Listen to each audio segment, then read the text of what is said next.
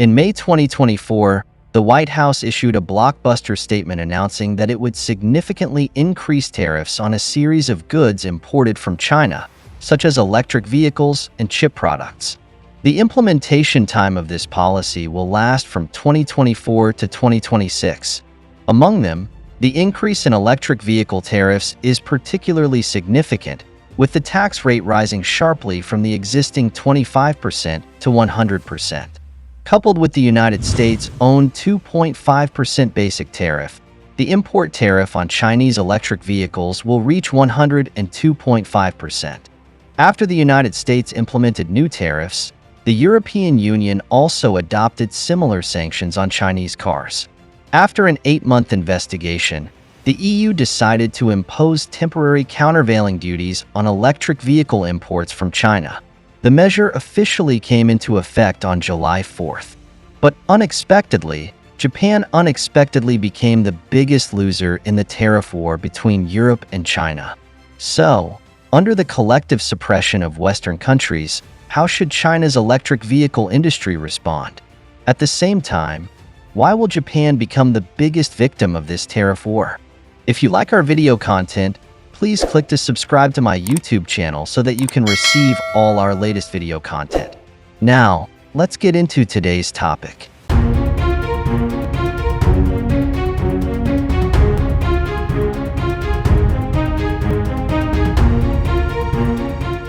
Due to their price advantages, Chinese electric vehicles have won the favor of consumers in the global market in recent years.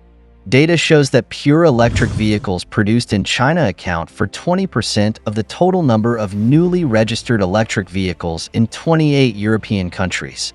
In 2023, China's total automobile exports will reach 4.6 million units, of which 900,000 new energy vehicles will be exported to Europe, accounting for nearly 57% of its total exports. And according to data from the European Automobile Association, European car sales in 2023 will be 1.09 million vehicles, a year-on-year decrease of 2.6%, with sales in 3/4 of the major markets declining. Faced with the rapid expansion of electric vehicles in China, the EU is feeling tremendous pressure. According to EU analysis, the reason why Chinese electric vehicles occupy a large share of the European market is mainly due to the Chinese government's national subsidy policy, which gives Chinese electric vehicles a competitive advantage in price. When a large number of low-priced Chinese electric vehicles flooded into the European market, it had a significant impact on the local automobile industry. Within 2 years, many European car manufacturers launched complaints against Chinese car companies. Finally, the EU launched an anti-dumping investigation into Chinese electric vehicles last year.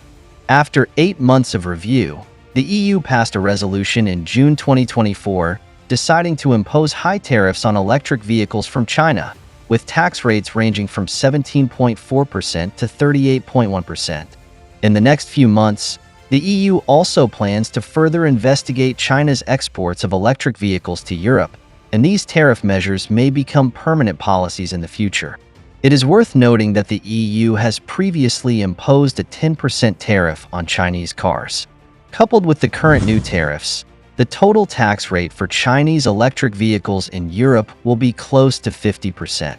Some industry experts have analyzed that when the EU increases tariffs on cars by 10%, the number of cars exported from China to Europe will be reduced by 1/4. This reduction could cause Chinese car companies to lose more than $4 billion, accounting for approximately 25% of their current trade volume.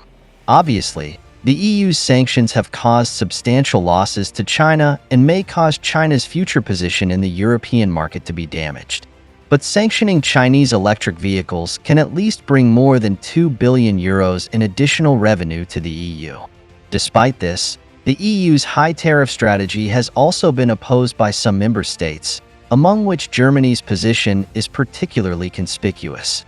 So, why is Germany unwilling to stand on the opposite side of China?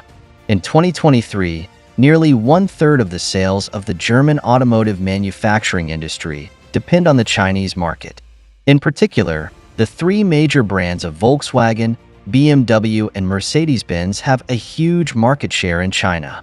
Therefore, when the EU announced the imposition of high tariffs on Chinese electric vehicles, these German car brands were worried that this policy might trigger China's reciprocal countermeasures, and the German automotive industry is likely to become the primary target of retaliation. Not only Germany, but other European countries with close ties to the Chinese automotive industry have also expressed concerns about the EU's decision. Sweden and Hungary openly opposed this tariff policy, believing that it will have a negative impact on their own automotive industry. Even Norway, which has the most open electric vehicle market, is unwilling to follow the EU's pace. Faced with EU sanctions, China did not sit idly by, but took a series of powerful countermeasures. On the one hand, China began to restrict the import of European gasoline vehicles. On the other hand, it launched an anti-dumping investigation on pork products exported by the EU to China. As one of the world's largest automobile markets, China imported about 1.3 million gasoline vehicles in 2023, of which about 500,000 were from Europe. Assuming that the average price of each European gasoline car is $40,000, restricting these imports could result in economic losses of up to $20 billion for Europe. At the same time, China consumes more than 50 million tons of pork each year, accounting for nearly half of global consumption. Europe has always been an important partner of China in the pork trade. If China's anti-dumping investigation determines and implements anti-dumping duties, the competitiveness of EU pork in the Chinese market will undoubtedly be greatly reduced. Industry experts predict that this may lead to a significant decline in the EU pork market share in China, and sales may drop sharply by 30% to 40%, which means that Europe may also completely lose the Chinese market. It is worth mentioning that even without the European market, China's electric vehicles have a better way to develop. Why is this? As far as I know, Chinese cars are not only very popular in Europe, but also occupy an important market share in Southeast Asia, Latin America, and the Middle East. Taking Southeast Asia as an example, in 2023, Chinese electric vehicles accounted for up to 80% of the Thai new energy vehicle market. This ratio clearly shows the strong position of Chinese electric vehicles in the Thai market. Since local Thai companies currently have no ability or willingness to develop their own new energy vehicle brands, this provides a huge market space for Chinese automakers.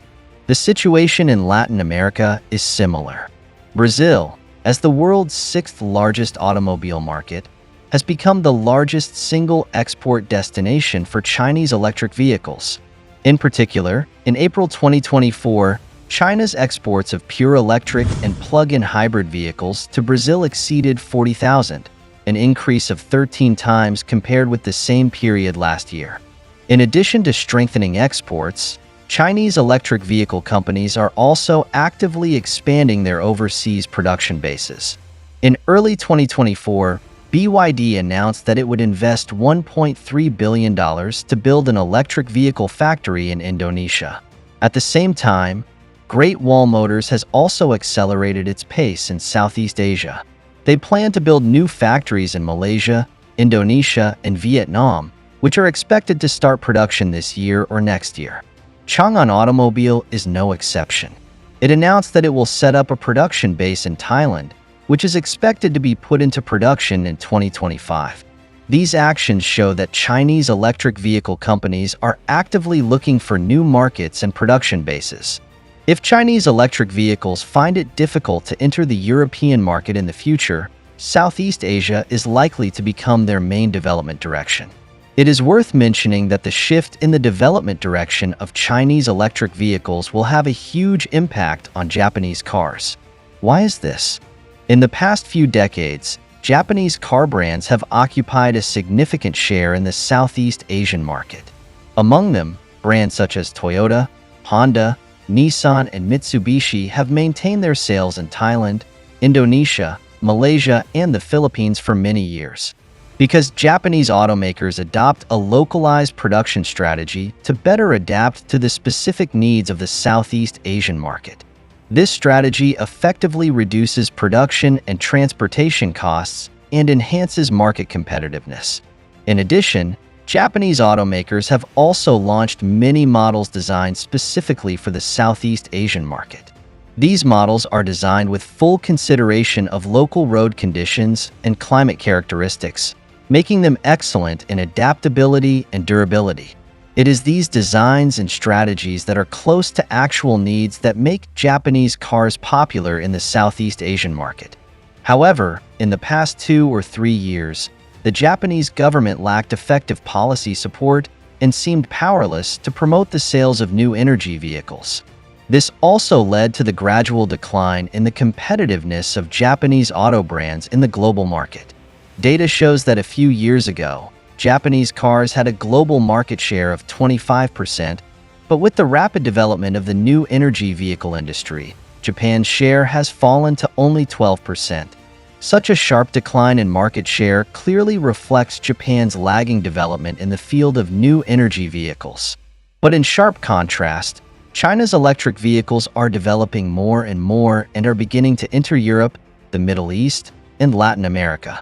Therefore, facing the high tariffs that may be suffered in the European market, Chinese electric vehicle manufacturers may quickly turn to the Southeast Asian market.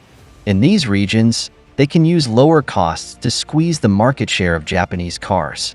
Once this happens, Japanese auto brands will find it difficult to compete with the fierce competition from China. In my opinion, the tariff war has brought challenges to all parties involved. For European consumers, they have to face higher prices to buy their favorite Chinese electric vehicles. And for Chinese manufacturers, high tariffs undoubtedly limit their opportunities to enter key international markets. In this case, it becomes particularly critical to pursue cooperation rather than confrontation. Only by establishing mutually beneficial and win-win trade relations can the development of the global automotive industry be truly promoted. So what do you think? To not miss out on our future projects and news updates, please make sure you subscribe to our channel and turn on notifications. We will continue to provide you with more exciting and interesting content.